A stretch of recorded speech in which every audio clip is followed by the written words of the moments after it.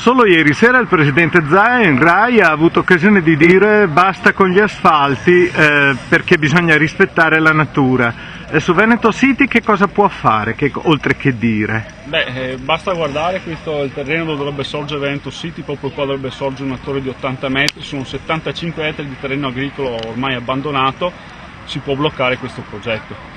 E lo si può fare anche in nome della Costituzione, perché l'articolo 9 della Costituzione tutela il paesaggio e il patrimonio storico nazionale, no? Invece qui è stata fatta una scelta proprio da Zaia, un decreto che ha votato alla fine del 2011, che dà l'avvio a una delle speculazioni più grosse che si possono ricordare in Italia, neanche in Veneto. Chi sono i promotori di questo progetto Veneto City? I promotori è la Veneto City SPA, che è composta da imprenditori veneti sostanzialmente, quindi dentro c'è per esempio Stefanelli, indirettamente c'è Benetton che è il proprietario della Pittarello Calzature, c'è Indrizzi che è il regista dell'operazione Ikea Padova Est, quindi non è che sono imprenditori stranieri, sono imprenditori veneti che hanno delocalizzato le produzioni a est e che adesso reinvestono i loro profitti facendo speculazione fondiaria qui nella nostra regione e quindi lasciando a casa centinaia e centinaia di migliaia di persone.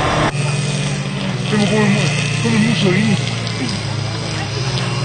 Pensavo.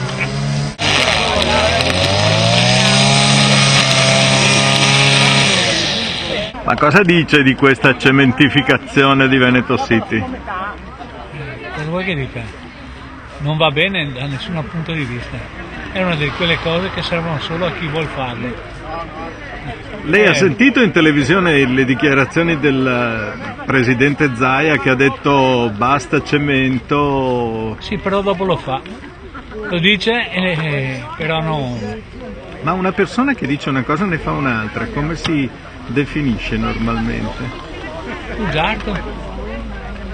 È totalmente incoerente, ma adesso si usa perché si è visto, purtroppo sono 20 anni che il Cavaliere insegna, che basta raccontare la fiaba dell'orso che la gente vuole sentirsi raccontare.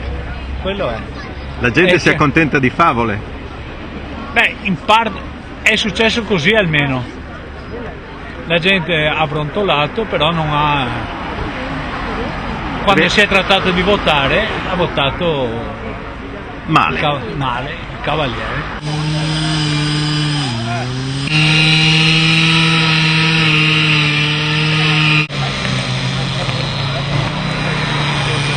Sì, e in questa zona, ma un po' in tutto il bacino scolante, cioè nel Veneto centrale c'è un problema idrogeologico gravissimo e l'abbiamo visto anche nel Padovano, eccetera.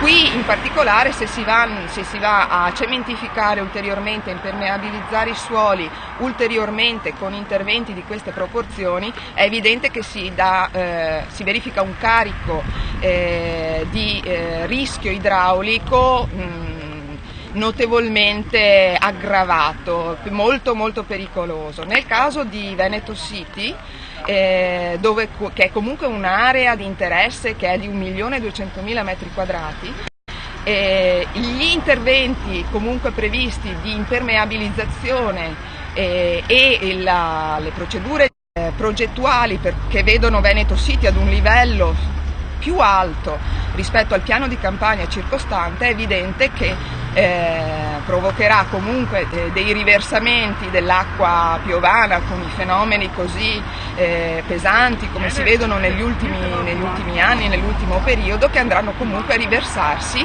nel territorio circostante e il rischio idraulico che già è presente in questa zona si aggraverebbe in maniera terribile. C'è un grave problema nel Veneto di mancato controllo della qualità dell'aria, dell'acqua e delle terre. C'è una politica che è assolutamente vaga, insufficiente e precaria su questo aspetto e la responsabilità è ben individuata e parte sicuramente dalla Regione che negli ultimi 2 anni ha diminuito del 25% i finanziamenti proprio su questo settore, sia della ricerca che anche della prevenzione rispetto all'inquinamento. Basti pensare che l'organo supremo, diciamo, che è quello di controllo del territorio da parte degli inquinanti, cioè l'ARPAV, nell'ultimo anno ha diminuito il suo personale del 35%.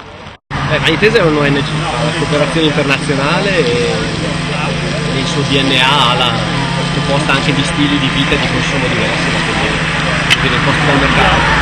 Non è un'associazione ambientalista, per cui è qua perché tra gli obiettivi di Vanitese c'è anche la difesa della sovranità, la promozione della sovranità alimentare. Fino a qualche anno fa era una cosa che si faceva soprattutto riferita ai paesi in via di sviluppo, oggi invece è la difesa della sovranità alimentare, perché la difesa del territorio, dell'agricoltura, del diritto delle popolazioni a decidere loro del destino delle proprie culture è ormai diventato un tema che interessa noi, anche noi e forse soprattutto noi. Se in molti paesi del cosiddetto sud del mondo il problema è l'accaparramento di terre da parte di chi vuole fare agrocombustibili o monoculture per l'esportazione, qua il problema è salvare la terra invece dalla speculazione edilizia, le culture di qualità che danno lavoro alla gente del posto, che creano un tipo di rapporto col territorio e col paesaggio fondato sul rispetto e sulla tradizione, stanno scomparendo per colpa anche di questo. Il bilancio alimentare del Veneto è ampiamente deficitario, eppure non si pensa al futuro. Infatti parlare di terra oggi non significa parlare solo di consumo di suolo e di contrasto alle grandi opere e alla cementificazione, significa parlare anche di sovranità alimentare, di biodiversità, di agricoltura, tutti i mondi che noi stiamo perdendo e che ci renderanno sempre più dipendenti dalle dinamiche del mercato globalizzato con le conseguenze che possiamo immaginare. Responsabilità politiche, ma non si salva la classe imprenditoriale? La classe imprenditoriale fa il suo lavoro sporco, nel senso che vediamo che c'è un atteggiamento anzi di condivisione di questi passaggi qua e su alcuni settori c'è proprio l'utilizzo di alcuni territori, di alcune parti del territorio proprio per fare il business più sporco. A Marghera lo sappiamo, che tutto il business sui rifiuti punta proprio su questo vuoto di intervento politico, dove ci sono delle aree che sono praticamente abbandonate, terra di nessuno, e tentano di sfruttarle appunto per fare business sui rifiuti tossico-nocivi. In corrispettivo a questo progetto di cementificazione delle campagne c'è invece una totale assenza di attenzione nei confronti dei beni monumentali e del paesaggio dell'intera riviera del Brenta. Infatti, noi quello che diciamo è che le risorse devono essere investite non in grandi opere, non in grandi insediamenti, ma in piccole opere nella manutenzione del territorio, nella riqualificazione del patrimonio che abbiamo, che potrebbe dare ampio respiro, in questo caso da noi, al settore turistico, quindi tanto lavoro, e ovviamente riportare alla luce dei beni storici che sono di valore inestimabile e che neanche noi sappiamo di avere ormai. Di solito le visite organizzate dal centro anziani, poi si va fino a settembre, però quest'anno secondo me si andava ai laghetti di Plitivis e al parco di Corta, hanno detto che le zone piovose hanno anticipato, hanno fatto la prima settimana ed è applicato da per